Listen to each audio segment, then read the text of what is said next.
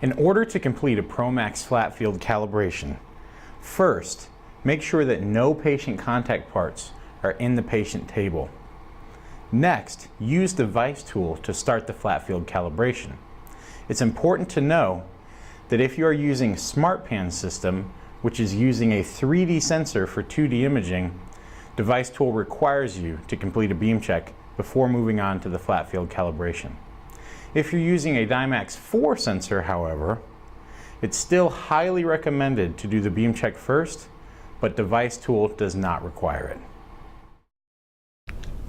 With device tool open and our SmartPan beam check complete, go ahead and click Next to proceed to the flat field calibration. Device tool will connect to the Promax and the ProTouch screen will turn blue indicating the connection. Once the exposure switch light has turned green, keep the button held down for the duration of the exposures. SmartPan flat field calibrations can take a few minutes to complete, so please be patient and keep the exposure switch held down.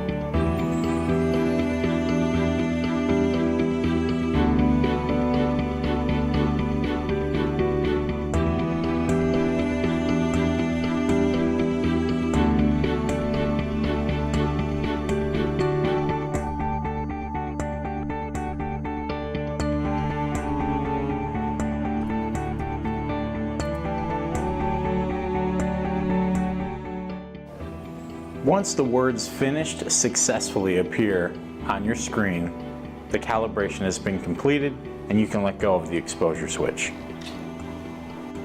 Click Done and Device Tool to complete the calibration. You may scroll through the different flat field exposures to look for anomalies on the sensor. When calibrating with a Dimax4 sensor, the calibration process will look a little bit different. A series of exposures will be taken and the Promax C-arm will rotate around for each exposure instead of sitting stationary.